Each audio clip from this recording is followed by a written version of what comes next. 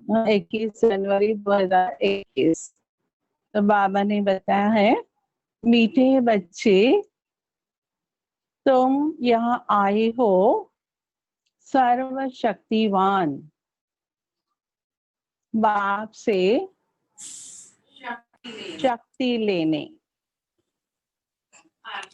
अर्थात दीपक में ज्ञान गिरत डालने।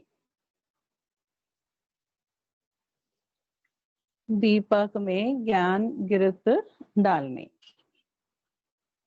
तो बाबा से शक्ति लेने के लिए आए हैं, अर्थात बाबा कहते हैं दीपक में गिरत, क्योंकि ज्ञान सुनते हैं रोज, तो ज्ञान का गिरत पड़ता रहता है और आत्मा का जो दीपक है वो जलता रहता है, उसकी ज्योत, उसकी लौ और तेज होती जाती है। तो बाबा कहते हैं, फिर दूसरे शब्दों में क्या कहेंगे कि बाबा सर्वशक्तिवान है। तो जितना हम योग लगाते हैं तो शक्तियां हमारे में भरती जाती हैं और उन शक्तियों के आधार से फिर हम कई कार्य कर सकते हैं, माया जीत भी बन सकते हैं। तो हम आए ही हैं शक्तियां लेने। तो शक्तियां मिलती है कि नहीं मिलती है? बाबा से मिलती है ना शक्तियां, क्योंकि नयों को भी हम सिखाते हैं कि 8 शक्तियां मिलती है।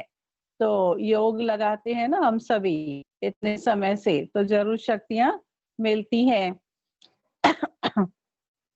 फिर बाबा कहते हैं उन शक्तियों को कैसे यूज करना है और कहाँ यूज करना है, तो वो तुम बच्चों को सीखना है। बाकी बाबा से तो शक्तियां मिलती ही रहती हैं। प्रश्न है, शिव की बारात का गायन क्यों है? शिव की बारात का गायन क्यों है? शिव की बारात कहते हैं ना, हाँ, तो गायन किस लिए है? जरूर यहाँ का ही यादगार होगा ना। तो क्यों है ये गायन? शिव की बारात कब होती है? शादी होती है, तो शिव बाबा की शादी कब होती है? हाँ? अंतिम समय में विनाश होगा तो बाबा के साथ साथ कौन जाएंगे? हम बच्चे। तो बाबा कहते हैं बाबा ले जाते हैं सबको, जैसे पूरे झुंड को ले जाते हैं, तो हम बच्चे साथ साथ जाते हैं। हाँ, कोई पीछे पीछे आते हैं। तो जैसे बारात में भी क्या होता है कि मेन जो दूल्हा है वो आगे रहता है और पीछे बारात रहती है।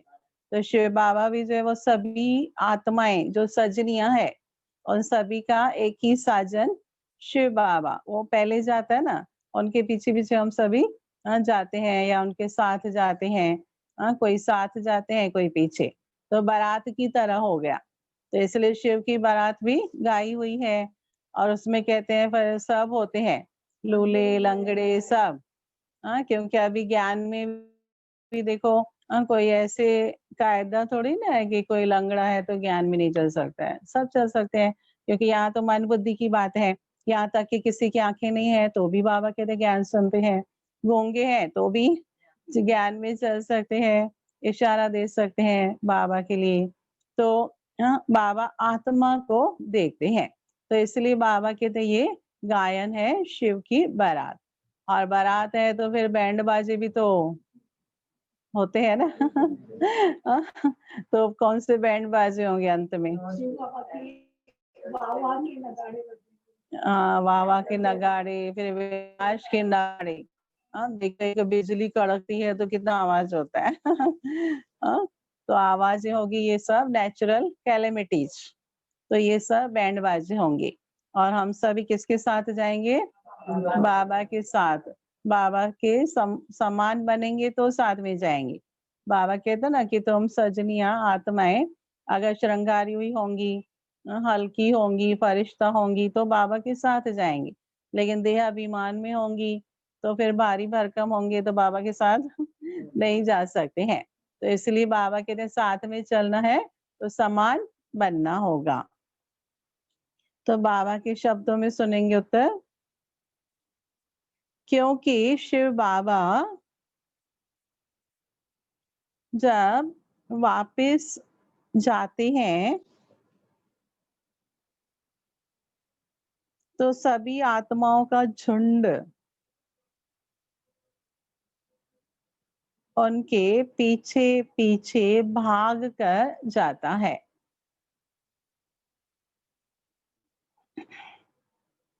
मूल वतन में भी आत्माओं का मनारा अर्थात छत्ता लग जाता है।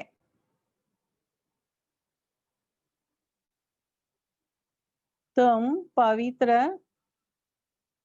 बनने वाले बच्चे बाप के साथ साथ जाते हो।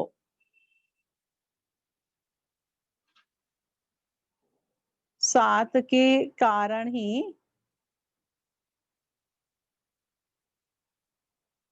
बारात का गायन है। साथ के कारण ही बारात का गायन है। ओम शांति। बच्चों को पहले पहले एक ही पॉइंट समझने की है कि हम सब भाई भाई हैं और वह सबका बाप है। उनको कहा जाता है सर्वशक्तिवान। तुम्हारे में सर्व शक्तियां थी। तुम विश्व पर राज्य करते थे। बाबा भी याद दिलाते हैं कि तुम्हारे में भी बहुत शक्तियां थी। अभी भी आत्मा में शक्ति है ना। हाँ, जो पूरे शरीर को इतना समय चलाती है, हाँ, गाड़ी को चलाती है। तो शक्ति तो अभी भी है, लेकिन पहले और भी थी। तो बाबा कहते हैं कि अभी तुम ही फिर वैसे शक्तिशाली बनते हो। विश्व पर राज्य करते थे। भारत में इन देवी देवताओं का राज्य था गोया। तुम बच्चों का राज्य था। तुम पवित्र देवी देवताएं थे। तुम्हारा कुल डायनेस्टी है। वह सब निर्विकारी थे। तो कौन निर्विकारी थे? आत्माएं। माना जब देवी देवता रूप में है तो उस समय आत्माएं सभी निर्विकारी हैं। तो मूल जो स्वभाव है आत्मा का वो क्या है? निर्विकारी है। उसमें कोई विकार नहीं है और ये गुणवान है ना। हाँ, शांत स्वरूप है, ज्ञान स्वरूप है, सुख स्वरूप, आनंद स्वरूप, यही है ना। हाँ, क्रोध स्वरूप तो नहीं है। तो बाद में रावण का संग लगता है, तभी फिर ये विकार भी पैदा होते हैं मन में। तो बाबा कहते हैं इसलिए अभी आत्मा समझो, भाई भाई समझो। तो फिर आत्मा के जो ओरिजिनल संस्कार हैं, हाँ, वो इमर्ज होने लगेंगे और नेचुरल हो जाएंगे। अब फिर तुम निर्विकारी बन रहे हो। जैसे कि सर्वशक्तिवान बाप को याद कर उनसे शक्ति ले रहे हो। बाप ने समझाया है आत्मा ही 84 का पार्ट बजाती है। उसमें जो सतो प्रधान ताकत थी वह फिर दिन प्रतिदिन कम होती जाती है। तमो प्रधान बनते ही है। जैसे बैटरी की ताकत कम होती जाती है तो मोटर खड़ी हो जाती है। हाँ, पहले फुल चार्ज करके लगाते हैं, लेकिन फिर यूज करते करते बैटरी तो डाउन होगी ही ना। तो ऐसे थोड़ी पूछेगा कोई कि जब डाउन ही होनी है बैटरी तो फिर चार्ज क्यों करें, ऐसा तो नहीं कहेंगे। हाँ, वो तो है ही, रूल है कि यूज करेंगे तो डाउन होगी, फिर उसको चार्ज कर सकते हैं। तो आत्मा की भी शक्ति पहले थी, अभी कम हो गई। कहीं जन्म लेते लेते यूज हो गई ना शक्ति। अभी फिर से बाबा कहते हैं अपने आप को चार्ज करो। तो आत्मा रूपी बैटरी चार्ज हो रही है संगम युग में। तो कनेक्शन कैसा चाहिए? कनेक्शन बराबर चाहिए, नहीं तो भरेगी नहीं बैटरी, बहुत टाइम लगेगा। कनेक्शन पावरफुल होगा तो जल्दी चार्ज होगी। तो इसलिए योग में जो कनेक्शन होता है बाबा से वो कैसा चाहिए? पावरफुल चाहिए। तो बाबा कहते हैं जैसे बैटरी की ताकत कम होती है, बैटरी डिस्चार्ज हो जाती है। आत्मा की बैटरी फुल डिस्चार्ज नहीं होती है, कुछ ना कुछ ताकत रहती है। जैसे कोई मरता है तो दीपक जलाते हैं, फिर उसमें घृत डालते रहते हैं कि ज्योति बुझ न जाए। अब यहाँ की बातों का फिर वहाँ कॉपी किया हुआ है, तो यहाँ सूक्ष्म है, वहाँ स्थूल में वो लोग उठाते हैं। तो ज्योति जलाते रहते हैं। क्यों जलाते हैं? वो तो इतना जानते नहीं है, लेकिन फिर क्या बोल देते हैं कि जो आत्मा गई है उसको अंधेरा ना हो। तो जब जिंदा थे तभी तो दीपक जलाया था, और दीपक के सामने बैठते थे तो भी अज्ञान का अंधेरा ही रहा ना। अभी मरने के बाद तो कुछ कैसे दिखाई देगा? तो ये सब बातें मनुष्य बता देते हैं। तो बाबा कहते हैं, अभी तुम समझते हो कि तुम्हारी आत्मा सर्वशक्तिवान थी, अब फिर तुम सर्वशक्तिवान बाप से बुद्धि योग लगाते हो। मतलब बाबा को साधारण रूप में याद नहीं करना है, लेकिन कौन से रूप में? सर्वशक्तिवान रूप में।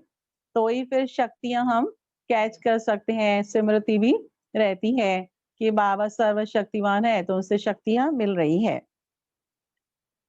तो बाबा बाबा की शक्ति हमारे में आ जाए, कोई शक्ति कम हो गई है तो थोड़ी जरूर रहती है, एकदम खत्म हो जाए फिर तो शरीर रहे ही नहीं। तो इसलिए थोड़ी सी बचती है तो फिर बाबा आते हैं उसको वापस चार्ज करने।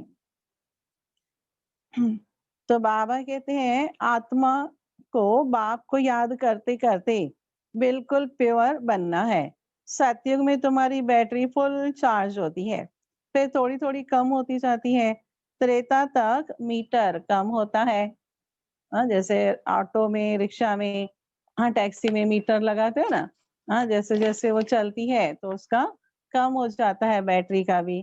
तो बाबा कहते हैं ऐसे ही आत्मा का भी शक्तियों का मीटर कम होता है, जिसको कला कहते हैं। जैसे 16 कला, फिर त्रेता तक कितनी कलाएं होती है? 14 होती है। द्वापर युग में 8 कलाएं, कलयुग में 0, 9 कला। अभी बाबा कह रहे कलाहीन बन गए, फिर बाबा 16 कला संपूर्ण बनाते। फिर कहेंगे आत्मा जो सतो प्रधान थी वह सतो बनी, ताकत कम हो जाती है। तुम समझते हो, हम मनुष्य से देवता बन जाते हैं सतयुग में। अब बाप कहते हैं मुझे याद करो, तो तुम सतो प्रधान, तुम तमो प्रधान बन गए हो, तो ताकत का देवाला निकल गया है। आत्मा में शक्ति नहीं रही है, तो इसलिए आत्मा रावण के वश हो जाती है, विकारों के वश हो जाती है, बुरी आदतों के वश हो जाती है, क्योंकि ताकत ही नहीं है ना। जैसे कोई राजा में अगर ताकत न हो तो दूसरे सब क्या करेंगे? उनको अटैक करेंगे, बंदी बना देंगे, वहां तख्त से हटा देंगे। ऐसा ही होगा ना। तो इन विकारों ने भी यही किया। आत्मा में शक्ति कम हो गई तो हटा दिया ना, आत्मा अधीन हो गई। परतंत्र है आत्मा। दुनिया में स्वतंत्रता दिवस मनाते हैं, अभी आने वाला है ना 26 जनवरी, तो स्वतंत्रता दिवस मनाएंगे। लेकिन हर एक मनुष्य क्या है? अभी भी परतंत्र है। मन के जो विकार है उसके अधीन है, विकारों के वश है। तो सच्ची स्वतंत्रता कैसे मिलती है? जब इन विकारों से हम छूटते हैं, तभी फिर स्वतंत्र होती है आत्मा। तो बाप को याद करने से पूरी ताकत आएगी, क्योंकि तुम जानते हो देह सहित देह के जो भी सब संबंध हैं वह सब खत्म हो जाने हैं, फिर तुमको बेहद का राज्य मिलता है। अब बाबा कहते हैं उन्हों को याद क्यों करते हो? हाँ, क्योंकि ये सब संबंध खत्म होने वाले हैं। कभी खत्म होने वाले हैं? अभी तो टाइम है बहुत। हाँ, कहेंगे तब तक तो याद करें उन्हों को। हम्म, कभी भी खत्म हो सकते हैं, तो खत्म होने के बाद उन्हों को भूलेंगे या उसके पहले ही भूलेंगे? पहले ही भूलना है, लेकिन फिर भी नहीं भूलते हैं ना। ये सामने खड़े हैं घर में, मित्र संबंधी आते हैं, तो कैसे भूलेंगे? जब उनको आत्मा की दृष्टि से, तो बाबा कहते हैं भूलो माना, इसका मतलब ये नहीं है कि भाई तो आप उनसे मिलो ही नहीं, बात भी नहीं करो। भूलने का मतलब है कि आप उनको अभी देखने का नजरिया बदलो। तो किस दृष्टि से देखना है? आत्मा की दृष्टि से। संबंध की दृष्टि से देखना बंद करो, आत्मा की दृष्टि से देखो, ये परिवर्तन चाहिए, तो उसमें अपने आप हो जाएंगे नष्ट मोहा। तो बाबा कहते हैं इसलिए हमें संबंधों को बहुत ज्यादा महत्व नहीं देना है। भगवान से बढ़कर संबंधी है क्या? भगवान से बढ़कर और कोई है नहीं। तो पहले महत्व किसको देना है? बाबा को देना है, मित्र संबंधियों को नहीं। हाँ, सोचो, कभी समझो यहाँ पर आपको बुलाया जाता है, फिर दूसरे और आपके मित्र संबंधी भी बुला रहे हैं कोई काम के लिए, तो कहाँ जाएंगे पहले आप? बाबा के घर में आएंगे। कहीं तो सोचते हैं बाबा के घर में तो क्या कहीं है, कोई ना कोई आ जाएगा, लेकिन हमारे मित्र संबंधी नाराज हो जाएंगे। मना उन्हों की नाराजगी खलती है, लेकिन यहाँ बाबा बुला रहे हैं आपको तो जरूर कोई कारण होगा ना, ऐसे तो नहीं बुलाएंगे कोई। हाँ, जरूरी होता है तो ही बुलाया जाता है। तो फिर वो लोग नाराज, भले नाराज नहीं होने चाहिए, बाबा भले नाराज हो जाए। हाँ, तो ऐसे भी नहीं करना है। वहां ही परीक्षा होती है हमारी कि हम पहले किसको महत्व दे रहे हैं। ये तो आप कितना भी करेंगे ना, कभी खुश होने वाले नहीं है। आज खुश होंगे, फिर कल उलहना देंगे, आपने हमारे लिए क्या किया। इतना सब करने के बाद भी ऐसे ही बोलेंगे, बोलते हैं ना। और बाबा कितना अच्छा है, बाबा के लिए तो कुछ करना भी नहीं पड़ता है ज्यादा, और ये बाबा हमारे लिए करते रहते हैं। तो पहले हमें बाबा को ही याद करना है। मित्र संबंधियों को अभी बाबा कहते हैं भूलते जाओ, क्योंकि देखो श्री कृष्ण ने भी अर्जुन को कहा ना कि ये जो तुम्हारे मामा काका चाचा जो भी हैं हम सबको मारो, तो लोगों ने हिंसा दिखा दिया। तो एक्चुअली बाबा कहते हैं मारो माना भूलो, मन बुद्धि से भूलो और शिव बाबा को याद करो। तो मामा काका चाचा को तो भूल जाएंगे, लेकिन बाकी के जो क्लोज संबंध है, क्योंकि आजकल तो दूर के रिश्तों को इतना नहीं याद करते हैं। कभी कभी याद करते हैं, लेकिन जो नजदीक के संबंध है, फिर पति पत्नी बच्चे भाई बहन क्लोज रिश्ते हैं ना, तो फिर वो तो नहीं भूलेंगे जल्दी। लेकिन बाबा कहते हैं वो भी सब खत्म होने वाले हैं, है ना। स्वयं का शरीर भी खत्म होने वाला है, तो संबंध भी कहाँ से रहेंगे। तो बाबा इसलिए कहते हैं कि आप मोए मर गई दुनिया, तो पहले तो खुद मरो, तभी फिर दूसरों को भूल सकते हैं। नहीं भूलेंगे तो क्या फर्क पड़ेगा? वे उन्हों को अगर नहीं भूलते हैं तो क्या होगा? प्रॉब्लम कुछ होगा क्या? क्या होगा? दुख होगा, दुख मिलेगा ना, कभी ना कभी मिलता रहेगा। और दुखी होंगे, उन्हों के लिए सोचेंगे, तो टाइम और एनर्जी वेस्ट होगा। हाँ, और कहीं तो ऐसे सबका सोचते हैं जैसे उसके बिना कोई का काम ही नहीं होगा, इतना हर एक का सोचते हैं। हाँ, उसको भी मैं मदद करूं, उसको भी मैं मदद करूं, उसको भी करूं। हाँ, उनको लगता है कि मेरे बिना नहीं चल पाएंगे। और बाबा के लिए, बाबा के घर के लिए बोलेंगे तो बोलेंगे टाइम नहीं है। तो ऐसा भी नहीं होना चाहिए। तो हमें अभी शक्तियों को कहाँ यूज करना है, कितना यूज करना है, ये भी समझ चाहिए। तो बाबा कहते हैं अभी तुम पतित हो, तुम्हारी ताकत बिल्कुल कम हो गई है, तो हे बच्चों अब तुम मुझे याद करो, मैं ऑल माइटी हूँ, मेरे द्वारा ऑल माइटी राज्य मिलता है। सतयुग में देवी देवता सारे विश्व के मालिक थे, पवित्र थे, दैवी गुणवान थे। अभी वह दैवी गुण नहीं है, सबकी बैटरी डिस्चार्ज होने लगी है, अब फिर बैटरी भरती है। सिवाय परमात्मा के साथ योग लगाने के बैटरी चार्ज नहीं हो सकती। वह बाप ही एवर प्योर है, यहाँ सब है इम्प्योर। जब प्योर रहते हैं तो बैटरी चार्ज रहती है। तो अब आप समझाते हैं एक को याद करना है, ऊंचते ऊंच है भगवान, बाकी सब है रचना। रचना से रचना को कभी वर्षा नहीं मिलता है, वर्षा नहीं मिलता है, लेकिन क्या मिलता है? सहयोग मिल जाएगा कि चलो भाई बहन है या कोई है तो वो सहयोग दे देंगे, लेकिन वर्षा नहीं दे सकते हैं। ड्रामा प्लान अनुसार स्वर्ग की स्थापना हो रही है।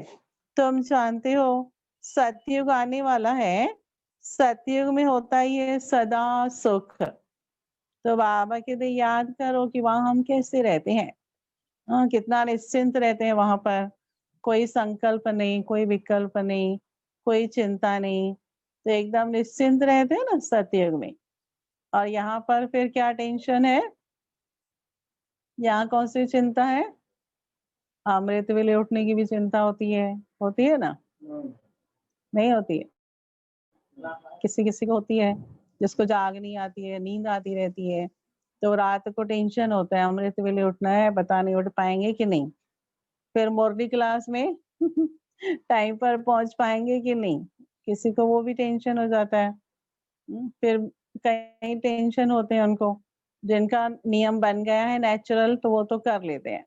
तो बाबा कहते हैं सतयुग में तो ये टेंशन नहीं होगा ना, कि अमृत वेले उठना है, बाबा को याद करना है, लेकिन वहां अपने आप उठ ही जाएंगे, क्योंकि संस्कार तो यहाँ बनते हैं, फिर वहां नेचुरल उठ जाएंगे।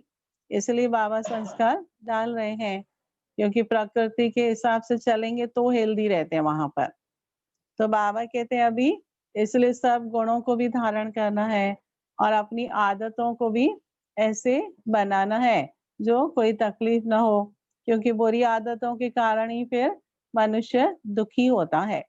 अब जैसे बहुत देरी से खाना खाते हैं तो फिर क्या होता है, हेल्थ पर उसका इफेक्ट आता है ना। डॉक्टर्स भी बोलते हैं, लेकिन बॉम्बे में देखो क्या होता है, कोई तो 11, 12, 1, 2 बजे भी खाना खाते हैं, रात को, बॉम्बे में खास ऐसे चलता रहता है।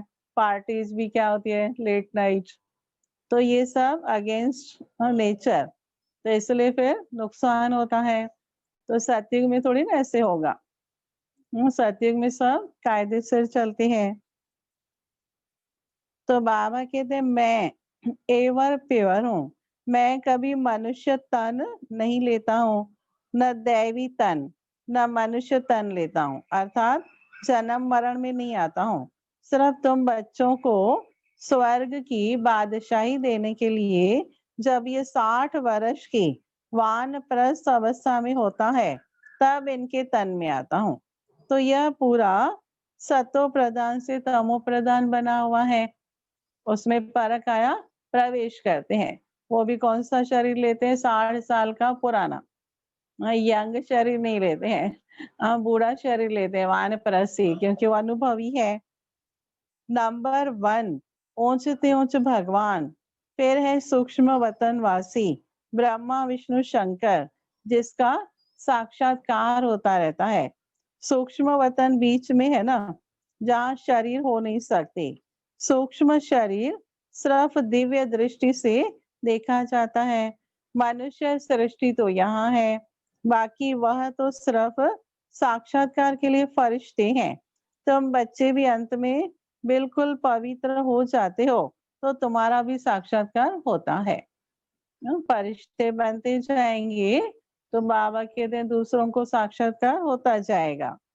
तो ऐसे फरिश्ते बन फिर सतयुग में यहाँ ही आकर स्वर्ग के मालिक बनेंगे। यहाँ बना कहाँ, चेंबूर में, सतयुग में, तो सतयुग कहाँ होगा, चेंबूर में होगा, बॉम्बे में होगा, नहीं होगा, तो दिल्ली में ही होगा ना। माना ऊपर में नहीं है यहाँ ही नीचे होगा। तो बाबा कहते ऊपर से नीचे आकर फिर तुम स्वर्ग में राज्य करोगे। तो यह भी शिव बाबा को याद करते हैं और फिर विष्णु बनते हैं।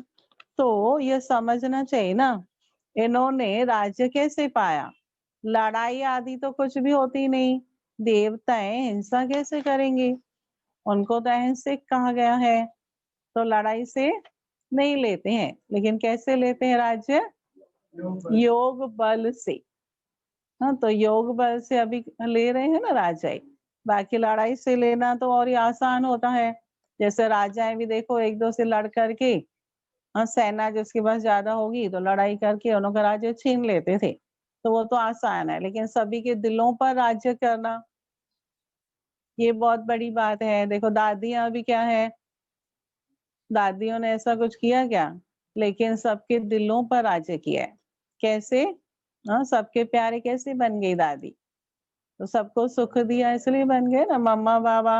हाँ, मेरा बाबा क्यों बोलते हैं? मेरा माना अपना समझते हैं ना, दोनों से वो वाइब्रेशन मिले हैं। हाँ, वो शक्तियां मिली है आत्माओं को, तो पालना होने के कारण सब मेरा समझते हैं।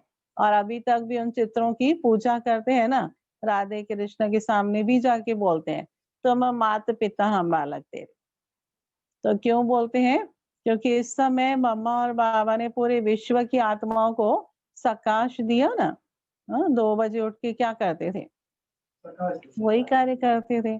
सभी आत्माओं को सकाश, क्योंकि ऐसे नहीं कि सिर्फ ब्राह्मण बने उनको, लेकिन सारी दुनिया की आत्माओं को सकाश दिया। तो उन आत्माओं को भी वाइब्रेशन तो मिलते हैं ना, तो इसलिए फिर वो भी भक्ति में उनकी इतनी पूजा करते हैं। अभी तुम बच्चे बाप को याद करके राजा ही लेते हो, कोई माने न माने। क्या कहा बाबा ने? आज फिर सो रहे हैं थोड़े थोड़े। हाँ? हाँ, बाबा को याद करने से राजा ही मिलती है, कितना सहज है। तो ये कोई मानेंगे क्या जल्दी? आप किसी को बोलेंगे हम तो देवी देवता बनने वाले हैं, कोई मानेंगे क्या? नहीं मानेंगे ना। क्यों नहीं मानते हैं? क्योंकि उनको लगता है देवी देवताएं तो ऊपर में है। तो ये कैसे बनेंगे देवी देवताएं? हाँ, कहीं तो ज्ञान में आते हैं तो बोलेंगे हम भी देवी देवता बन सकते हैं।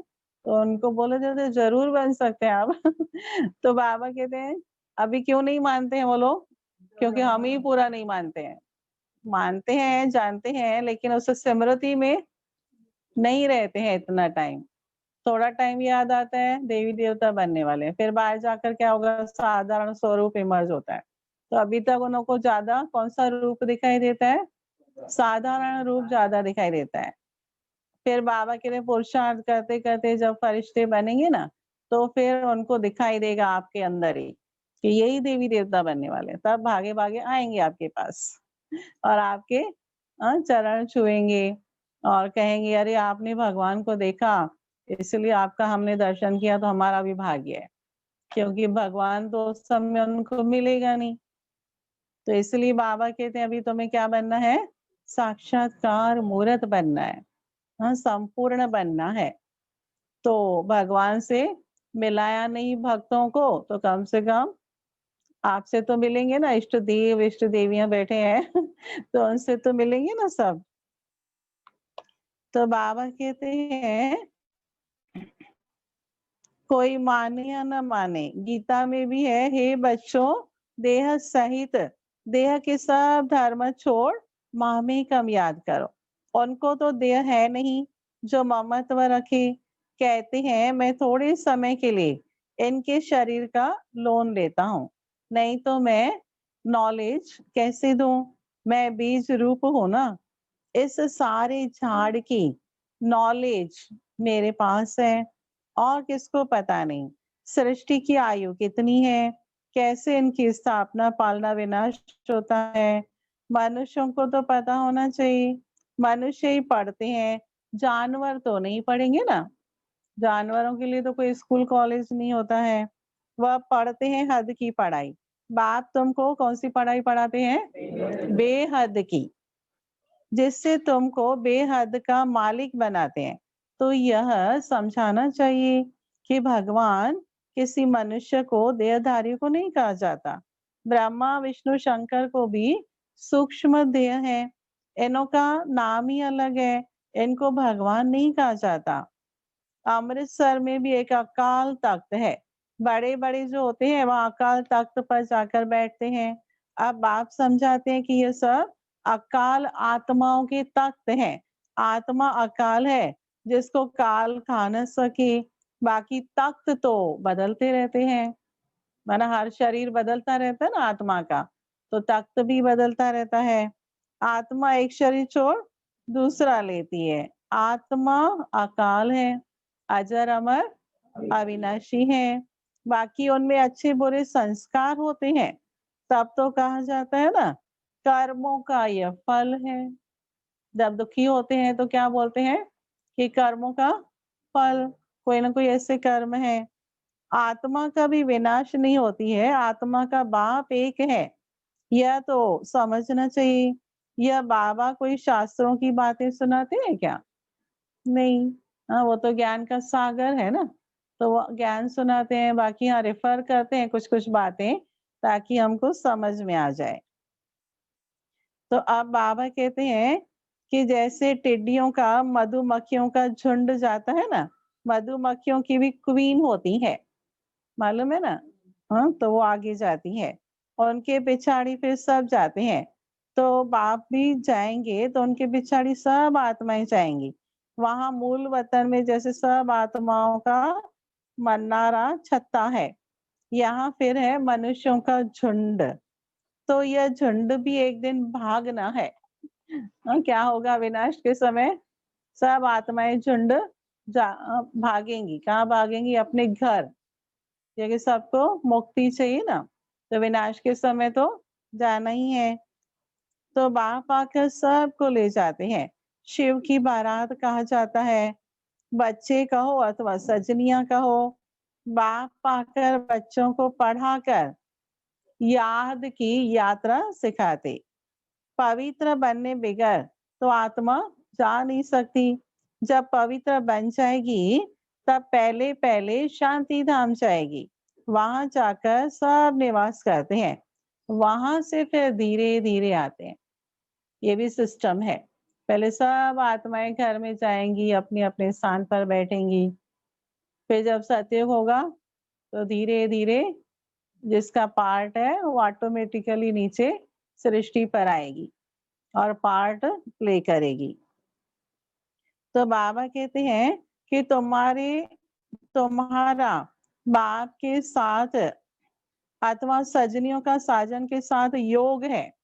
राजधानी बननी है ना, सब इकट्ठे नहीं आते हैं, वहां सब आत्माओं की दुनिया है।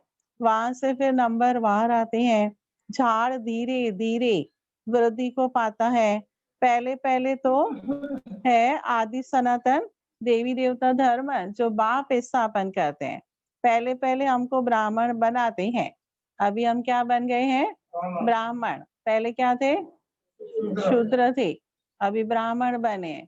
तो ब्राह्मण सबसे ऊंचे है ना, तो ब्राह्मणों का कर्म धर्म सब ऊंचा। तो इस समय बाबा कहते तुम्हारा हर कर्म ऊंचा होना चाहिए, माना श्रेष्ठ होना चाहिए। तो श्री मत पर चलने से ही हमारे हर कर्म कैसे बन जाते हैं? श्रेष्ठ बन जाते हैं। पहले तो ये भी पता नहीं था ना कि कौन सा कर्म श्रेष्ठ है, कौन सा कर्म भ्रष्ट है, क्या पाप है क्या पुण्य है, ये भी तो सब मालूम नहीं था। ये भी सब बाबा ने ही बताया ना, कार्मिक अकाउंट क्या है। तो बाबा हमको ब्राह्मण बनाते हैं। प्रजा पिता ब्रह्मा है ना, प्रजा में भाई बहन हो जाते हैं। ब्रह्मा कुमार कुमारियां ढेर है, जरूर निश्चय बुद्धि होंगे तब तो इतने ढेर हुए ना। तो ब्राह्मण कितने होंगे? कच्चे व पक्के। कोई तो 99 मार्क्स लेते हैं और कोई 10 मार्क्स लेते हैं, तो गोया कच्चे ठहरे ना। ना टीचर बैठे ना, पता है ना कोई 90 मार्क्स है तो माना होशियार है और 10 मार्क्स है तो माना कितने कच्चे हैं। पासिंग मार्क्स भी कितनी होती है? 35। तो कोई कोई कहीं फेल हो जाते हैं। तो बाबा कहते हैं कच्चे होते हैं ना, स्कूल में भी नंबरवार होते हैं, यहाँ भी नंबरवार है। तो तुम्हारे में भी जो पक्के हैं वह जरूर पहले आएंगे और कच्चे वाले पिछाड़ी में आएंगे। तो यह पाठधारियों की दुनिया है जो फिरती रहती है। सतयुग त्रेता द्वापर कलयुग, यह पुरुषोत्तम संगम युग है। यह अभी बाप ने बताया है। पहले तो हम उल्टा ही समझ से आए कि कल्प की आयु लाखों वर्ष, और फिर कुंभकर्ण की नींद में सुलाते रहे शास्त्र आदि। हाँ, सब लोग यही बोलते थे ना कि अभी तो बहुत टाइम है, कलयुग तो अभी छोटा बच्चा है। अभी भी बोलते हैं, इतना सब होने के बाद भी बोलते हैं अभी तो कलयुग क्या है, घुटनों पर चल रहा है अभी तो। अब जब थोड़ा सा बड़ा होगा, खड़ा होगा तो क्या हो जाएगा अभी हालत खराब है दुनिया की। तो बाबा कहते हैं कि उन को तो जल्दी समझ में नहीं आता है, लेकिन बाबा कहते हैं आप अपना कर्तव्य पूरा करो। आप समझाते रहो, जब समझना होगा तो आखिर तो जरूर समझेंगे। हाँ, तो कोर्स कराते रहते हैं ना। और अभी फिर ऑनलाइन कोर्स कराते हैं, क्योंकि कई डिमांड करते हैं कोर्स करना है, कोर्स करना है, तो इसलिए फिर ऑनलाइन शुरू किया। कैसे भी करके उनको पता तो चले कि भगवान आया हुआ है।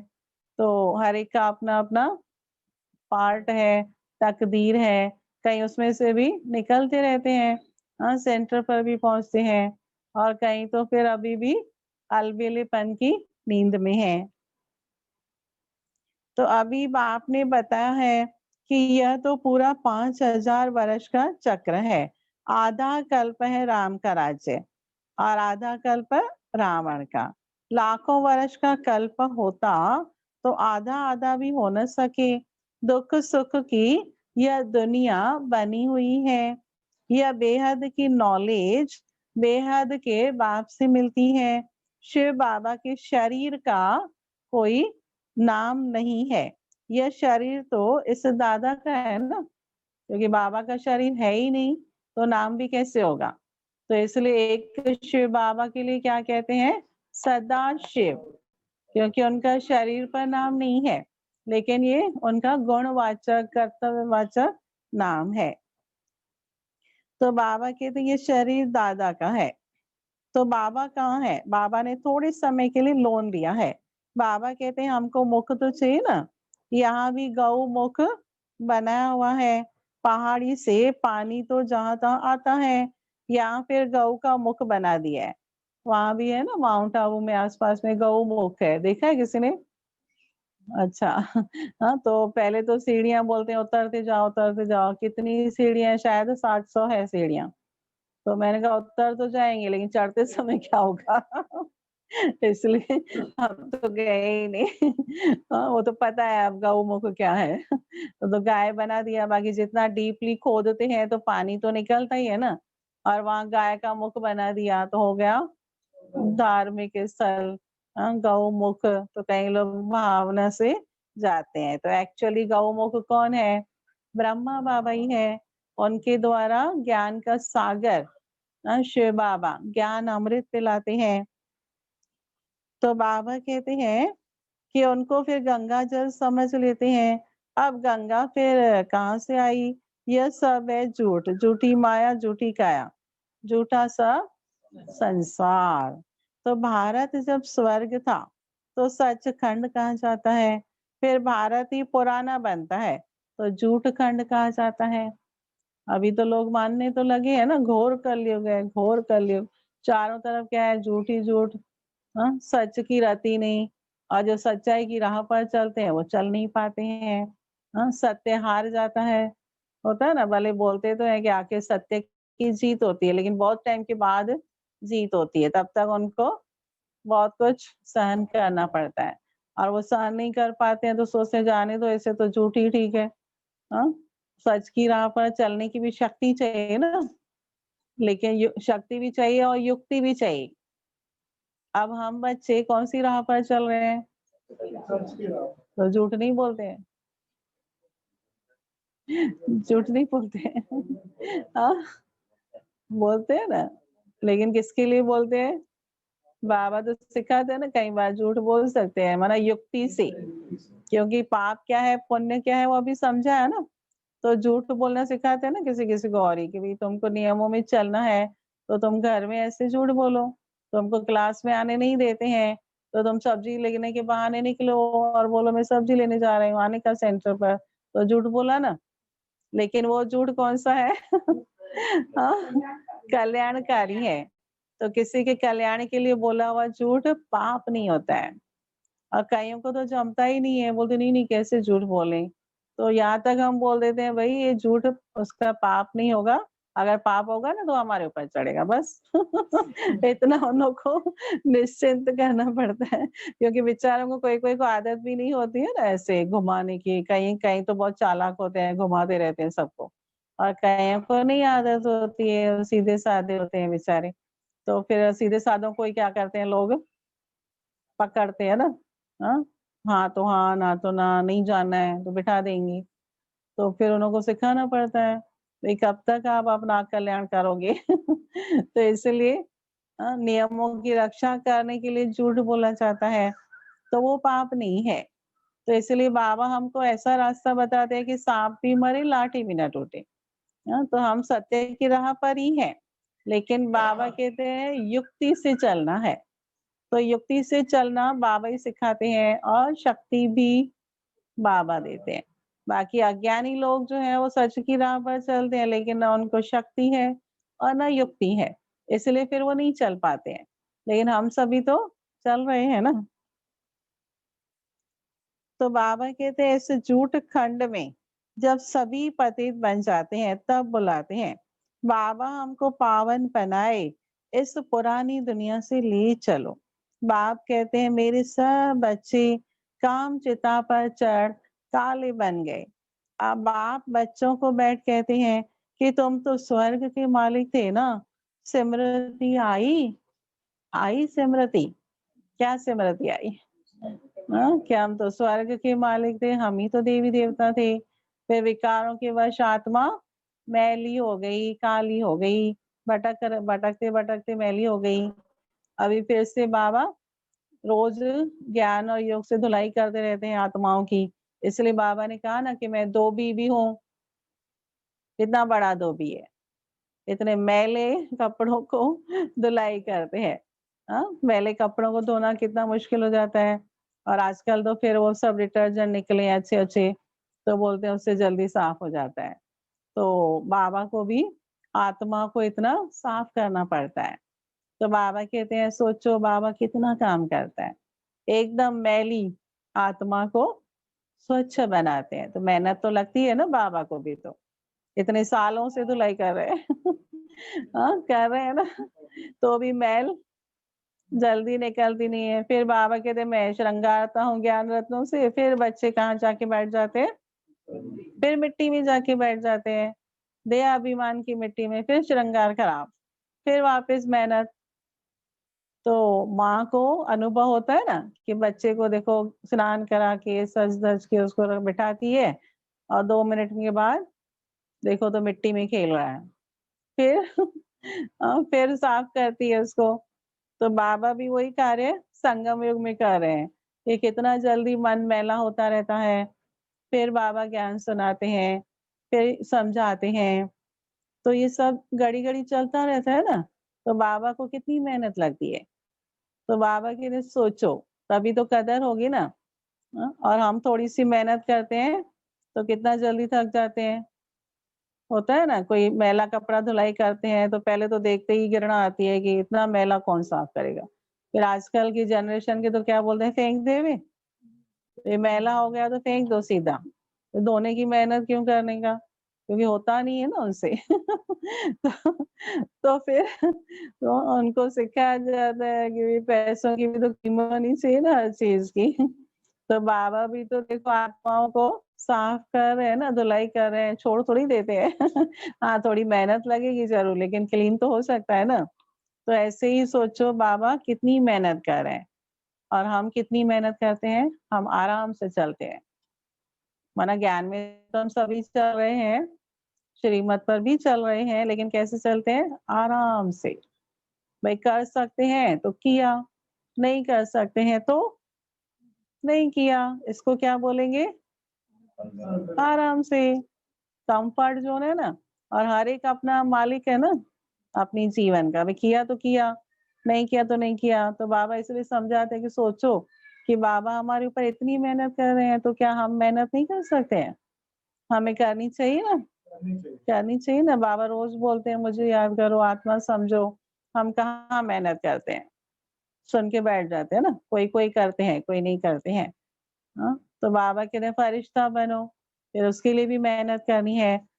तो इस समय मेहनत करेंगे तो अनेक जन्म आराम से रहेंगे, और अभी अगर मेहनत नहीं करेंगे तो हर जन्म में मेहनत करनी पड़ेगी। तो ये भी बाबा ने सब बता दिया है। तो बाबा कहते हैं स्मृति आई ना, बच्चों को समझाते हैं, सारी दुनिया को नहीं समझाते हैं, तुमको ही समझाते हैं। तो मालूम पड़े कि हमारा बाप कौन है। इस दुनिया को कहा जाता है फॉरेस्ट ऑफ थॉर्न्स, कांटों का जंगल। सबसे बड़ा काम का कांटा लगाते। बल यहाँ भगत भी बहुत है, वेजिटेरियन है, परंतु ऐसे नहीं कि विकारी नहीं है। ऐसे तो बहुत बाल ब्रह्मचारी भी रहते हैं, छोटेपन से ही कब छीछी खाना आदि नहीं खाते हैं। सन्यासी भी कहते हैं निर्विकारी बनो। वह हद का सन्यास मनुष्य कराते हैं, दूसरे जन्म में फिर गृहस्थी के पास जन्म ले, फिर घर बार छोड़कर चले। सतयुग में यह कृष्ण आदि देवताएं कभी घर बार छोड़ते हैं क्या? नहीं छोड़ते हैं ना। घर में रहते भी पवित्र हैं, उनका घर भी मंदिर है।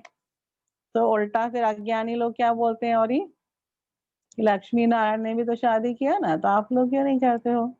राम सीता ने भी शादी किया, तो आपको क्यों मना करते हैं? हाँ, वो लोग और ही उल्टा वही देते हैं एग्जाम्पल्स, लेकिन उन्हों की घर गृहस्थी पवित्र है ये नहीं जानते हैं। तो बाबा कहते हैं कि उन्हों का हद का संन्यास है, तुम्हारा बेहद का। सारी दुनिया का, संबंधियों आदि का भी संन्यास तुम करते हो। तुम्हारे लिए अब स्वर्ग की स्थापना हो रही है, तुम्हारी बुद्धि स्वर्ग की तरफ जाएगी। तो शिव बाबा को ही याद करना है। बेहद का बाप कहते हैं मुझे याद करो, मन मना भाव और मध्याजी भाव, तो तुम देवता बन जाएंगे।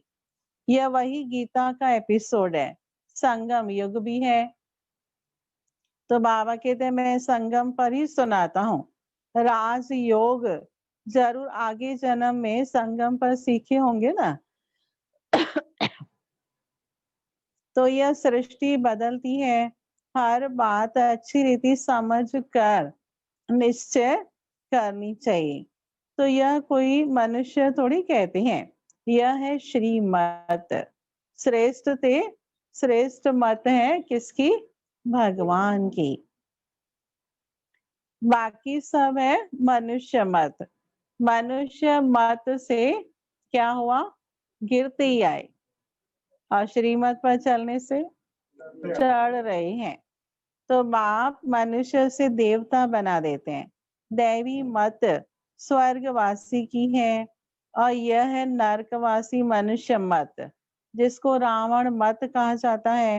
रावण राज्य भी कोई कम नहीं, सारी दुनिया पर रावण का राज्य है। यह बेहद की लंका है जिस पर रावण का राज्य है। फिर देवताओं का पवित्र राज्य होगा, वहां बहुत सुख होता है। स्वर्ग की कितनी महिमा है, कहते भी हैं स्वर्ग पधारा तो जरूर नरक में था, हेल से गया तो जरूर हेल में ही आएगा ना। स्वर्ग अभी है कहाँ? यह बातें कोई शास्त्रों में नहीं है। अभी बाप तुम्हें सारी नॉलेज देते हैं, बैटरी भरती है, माया फिर लिंक तोड़ देती है। बैटरी चार्ज करने के लिए कनेक्शन लगा के रखते हैं बाबा से, माया आके क्या करती है? कनेक्शन निकाल देती है, कनेक्शन कट कर देती है। तो बाबा के लिए वही तो मेहनत है ना, वही अटेंशन रखना है। तो इसलिए दीपक में भी देखो चलता रहे तो अटेंशन रखते हैं कि कहीं बुझ ना जाए, इसलिए कंटिन्यू तेल डालते रहते हैं। तो ऐसे ही बैटरी भी डिस्चार्ज ना हो तो वो भी हमें ध्यान रखना है। अच्छा, मीठे मीठे सिक्की लदे बच्चों प्रति माता पिता बाप दादा का याद प्यार और गुड मॉर्निंग। रूहानी बाप की रूहानी और हम रूहानी बच्चों की रूहानी बाप दादा को याद प्यार, गुड मॉर्निंग और नमस्ते। धारणा के लिए मुख्य सार है मन वचन कर्म से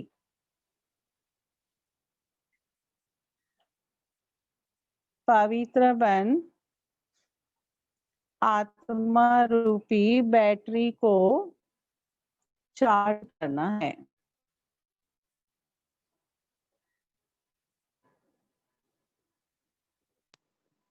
पक्का ब्राह्मण बनना है।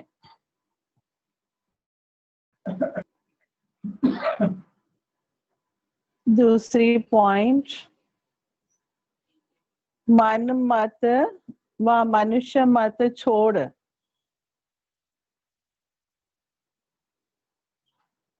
एक बाप की श्रीमत पर चलकर स्वयं को श्रेष्ठ बनाना है। सतो प्रधान बन बाप के साथ उड़कर जाना है। बाप के साथ उड़कर जाना है। तो बाबा ने वरदान दिया है आज, श्रीमत के आधार पर खुशी, शक्ति और सफलता का अनुभव करने वाले सर्व प्राप्ति संपन्न भव, सर्व प्राप्ति संपन्न भव। तो बाबा ने समझाया है, जो बच्चे स्वयं को ट्रस्टी समझकर श्रीमत प्रमाण चलते हैं, श्रीमत में जरा भी मन मत परम मत मिक्स नहीं करते, उन्हें निरंतर खुशी, शक्ति और सफलता की अनुभूति होती है। पुरुषार्थ व मेहनत कम होते भी प्राप्ति ज्यादा हो तब कहेंगे यथार्थ श्रीमत पर चलने वाले। परंतु माया ईश्वरीय मत में मन मत व परम मत को रॉयल रूप से मिक्स कर देती है, इसलिए सर्व प्राप्तियों का अनुभव नहीं होता। तो इसके लिए परखने और निर्णय करने की शक्ति धारण करो तो धोखा नहीं खाएंगे। कौन सी शक्ति धारण करनी है? परखना और निर्णय करना। क्योंकि माया भी चालाकी से क्या कर देती है, श्रीमत में मन मत परम मत मिक्स कर देती है। स्लोगन है, बालक सो मालिक वह है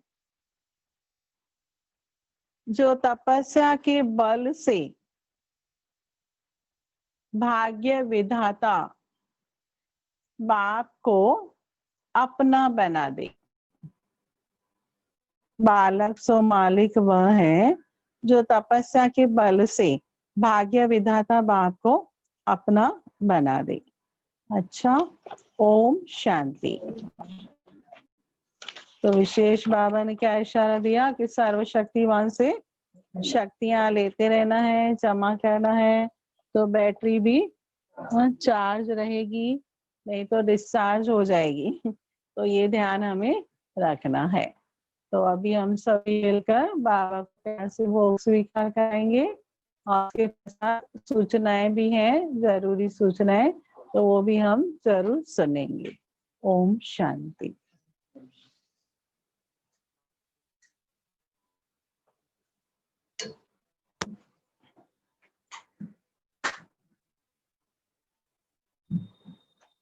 इस टाइम किसी भोग कर दिखाएंगे ना।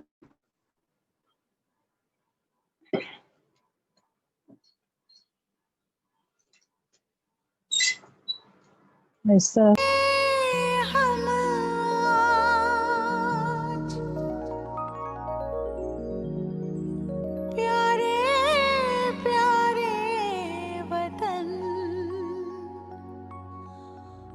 चले हम आज मेरे बाबा के पास, शिव बाबा के पास, मेरे बाबा के पास, शिव बाबा के पास।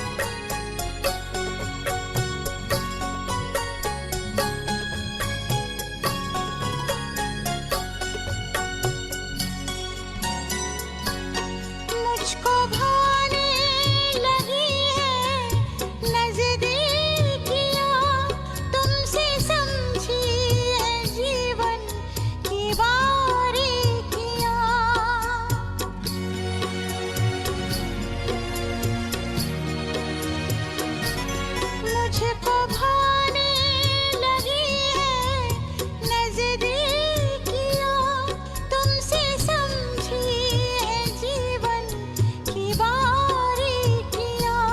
तार बजने लगे और खनकते हैं साज, तार बजने लगे और खनकते हैं साज। प्यारे प्यारे वतन उड़ चले हम आज, मेरे बाबा के पास, शिव बाबा के पास। मेरे बाबा के पास, शिव बाबा के पास।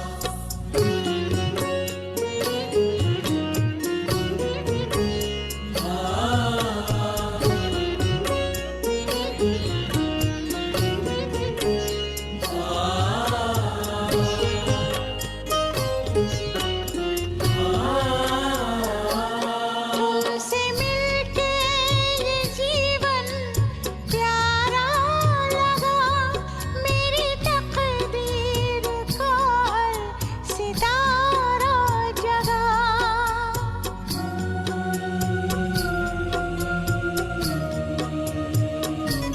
तुमसे मिलके ये जीवन प्यारा लगा, मेरी तकदीर का हर सितारा जगा।